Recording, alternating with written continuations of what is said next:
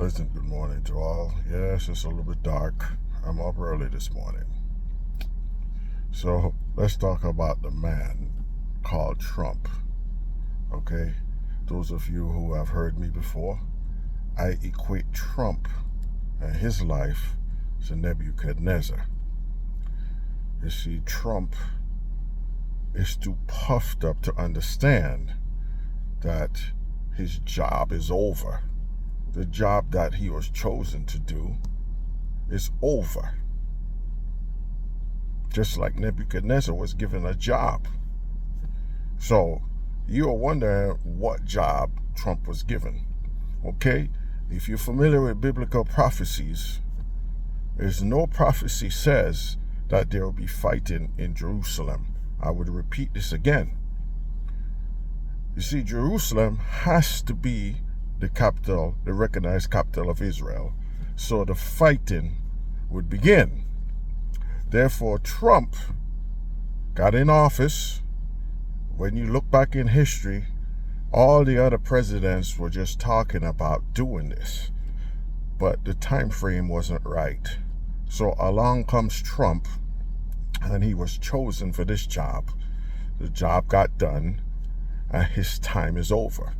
But he refused to accept that. He's too proud, too puffed up to understand that.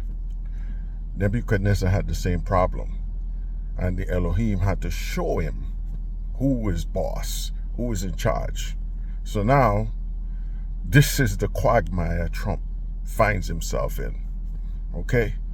And that quagmire leads to one thing: the Electoral College. You see, the six mullahs on the Supreme Court would never tell you that the Electoral College has run its course. You know, they struck down all kind of affirmative action programs, voting rights programs, and all of these things. But they would never tell you that the Electoral College has run its course. I think the United States is the only developed country in the world that still uses this archaic system to elect their president. All the other rest of countries is the popular vote, which makes sense. But not in this country, because you could sow the seeds of chaos like you see that's happening now. You see, the Constitution writes in there that Congress, has to have this, accept the electors from each state. It was a compromise because I think back then, some states were sparsely populated and they wanted to be inclusive because it's the United States of America. So now, fast forward 2023, the Supreme Court and the six mullahs would never say that the Electoral College has run its course, because they know that the majority of time the popular vote goes to the Democratic candidate. Okay? So this is why I give no credence to the Supreme Court. I give no credence to the justice in this country. They all vying for power by all means necessary. So the Supreme Court was struck down. Oh yes, Harvard admissions is not right to do it race-based. They never said that you can't do it economic-based. These legacy students, that's okay. But racial admissions is not okay. Legacy admissions is good. The same thing with the Electoral College. To me, that program is archaic. It has run its course. But they would never ever strike that down and view it as unconstitutional or view it as running its course because of the fruit that it could bear. Hence, this is why Donald Trump finds himself in that quagmire, because they cooked up the scheme to have fake electors. Now, if the popular vote was in play, Donald Trump wouldn't find himself in court today because of that. Because the popular vote, the count is the count. But because you could sow the seeds of mistrust and distrust, they cooked up this scheme about having fake electors. That's because the electoral college is in play to elect our president. Many of these people found themselves running afoul of the law because of what they did. You see, a lot of times, the ignorance, in the United States, we take things for granted too much, man. Some people don't even know what are the branches of this government. You see, they take things, all they know is that you have the right to bear arms. Most people. The Second Amendment is all they care about. The rest of the amendments could go to hell. The inner workings of government could go to hell. Just give me my shooting iron and I'm okay. My shooting iron and my Bible.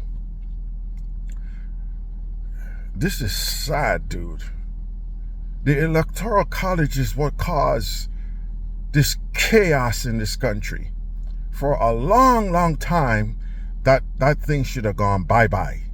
But again, it's not the Supreme Court is going to get rid of this. It's Congress.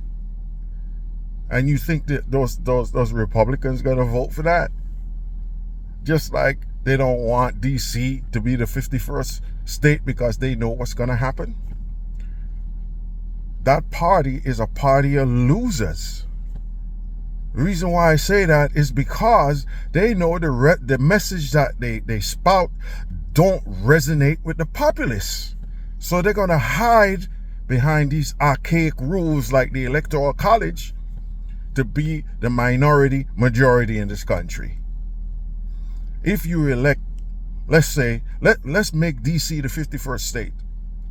They know that a lot of people in DC would elect Democrats. But to say that you just gonna defranchise DC because you don't want to lose, you're already a loser. Because you're saying your message would be impotent. You wouldn't even try to win people over. So you go to the root of defranchisement. You're a loser from the get-go because you're defranchising people who's supposed to be participating fully in everything this nation has to offer. It's the same thing with the Electoral College. That system is archaic. It was meant to get the least populous states involved. But you will never say it has run its course because of the fruit that it bears. And a lot of undereducated people don't understand that. They just go along with the nonsense. For this reason, they cooked up a scheme to corrupt our electoral process because it could be easily corrupted like we witnessing today. And if the popular vote was used like most democratic developed countries do today, they couldn't have corrupted the system like they tried to do. Now we have a court battle. All Donald Trump is doing is playing long ball, man. Well, not really long ball. He's trying to run the clock out. So he's on the 1 yard line, and instead of trying the defense to score a touchdown, he's taking a knee on the ball. 1st and 10 at the 1 yard line. He's taking a knee, hoping to kick a field goal and send it into overtime. This is his defense. He wants it to go into overtime. So next year, when the other archaic rule, which is not really a rule, it's just an in-house nonsense, talking about you cannot indict or you cannot prosecute a person running for office. Says who? You're a criminal. You're a criminal. That's all it is. The only true thing came out of Donald Trump's mouth about this system is that it's corrupt. This is the first truth that he ever spoken in his life. The system is terribly corrupt. I don't expect anything to happen to that man. All the crimes he has committed, I expect nothing to happen to him. All the Republicans are doing is focusing on Hunter Biden like he is in office. But you're so stupid. You focus on Hunter Biden to get to Joe Biden. But what about Donald Trump and his children? They had all the inside dealings and everything. Look at Kushner and Saudi Arabia.